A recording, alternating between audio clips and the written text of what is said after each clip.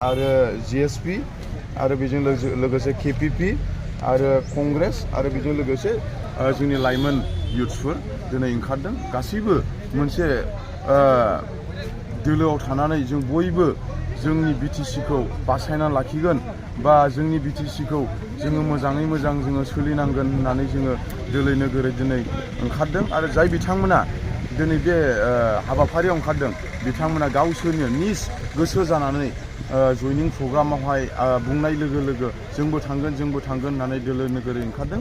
दिनै जोङो बे जयनिं प्रग्रामा जोंनि बे 13 नं समस्तिनिफ्रायनो बांसिनानो आरो दाब दाब जायगानिफ्राय बिदि ओंखारबावबाय। आरो आङो फ्राय माखासे खामानि दामानि माइ हानाय मानाय बेफोरबायदि खामानि थानायनि थाखाय आं माखासे मानसिफोरखौ आं लिस्ट खालामनो हायाखिसै आरो जाबावगोन बिनि उनाव डिसेम्बर नङाब्लाबो जानुवारियाव आरो मोनसे आरो मोजां जयनिं प्रग्राम जाबावगोन। बेवहाय आरो रायजो राजाफ्रा नुबावगोन।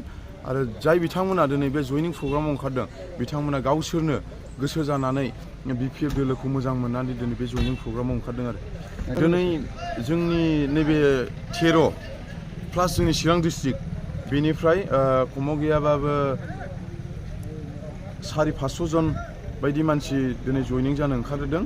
आरो बेजों लोगोसे बाक्सा डिस्ट्रिक्ट, उदालगुरि डिस्ट्रिक्ट, अल बिटिसि, अल बिटिआर बेवहाय जोङो मोनसे रिलि स्टाइलै खालामनानै जोङो बेवहाय जयनिं खालामहैगोन बिथांमोनखौ लांनानै। आरो बिथांमोना गावसोरनो गोसो जानानै ओंखारदों।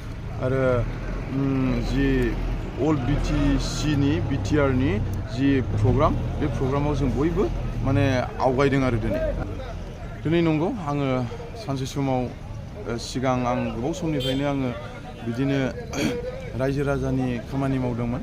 खिन्थु सोरबाया आंखौ बुंदों माबा मोनसे राजनितिकनि बेलायाव बा माबा मोनसे गाद्दि नागिरनानै दिनै बिपिएफ दोलोआव हाबदों होननानै। नाथाय आं मोनसे गाद्दि आरो माबा मोनसे टारगेट लानानै आं खालामाखै।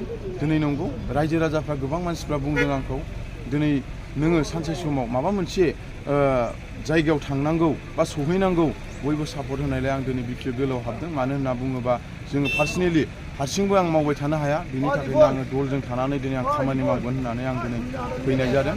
आरो जि दला जिरायथ'नाय दल बा थाथ'नाय दल बे दलखौ आं मोजां मोनो। मानो होनना बुङोबा आं गोदोनिफ्रायनो जि पार्टियाव गैयामोन आरो इन्डिपेन्डेन्टआवमोन जोनोम जाजेननायनिफ्राय दाख्लै बिपिएफ दोलोआव हाबिनि टाइमसिमाव आं खुनु दलाव गैयामोन। खिन्थु दिनै आङो दलाव थाबाय आरो दलनि खामानिखौ आं मावलांगोन।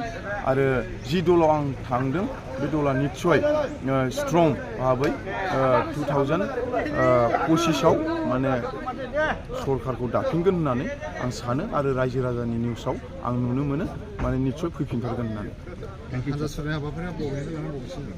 दा ओरै सानजा बाक्सा डिस्ट्रिक्टनिफ्राय फैगासिनो दं आरो जोंनि चिरां डिस्ट्रिक्ट आरो अल बिटिआरनिफ्राय बे प्रग्रामा बिजनि टुलगेटनिफ्राय लानानै रिजर्टआव जों बेवहाय माने जोंनि बिर'धि दलफोरखौ जोङो जयनिं खालामगोन।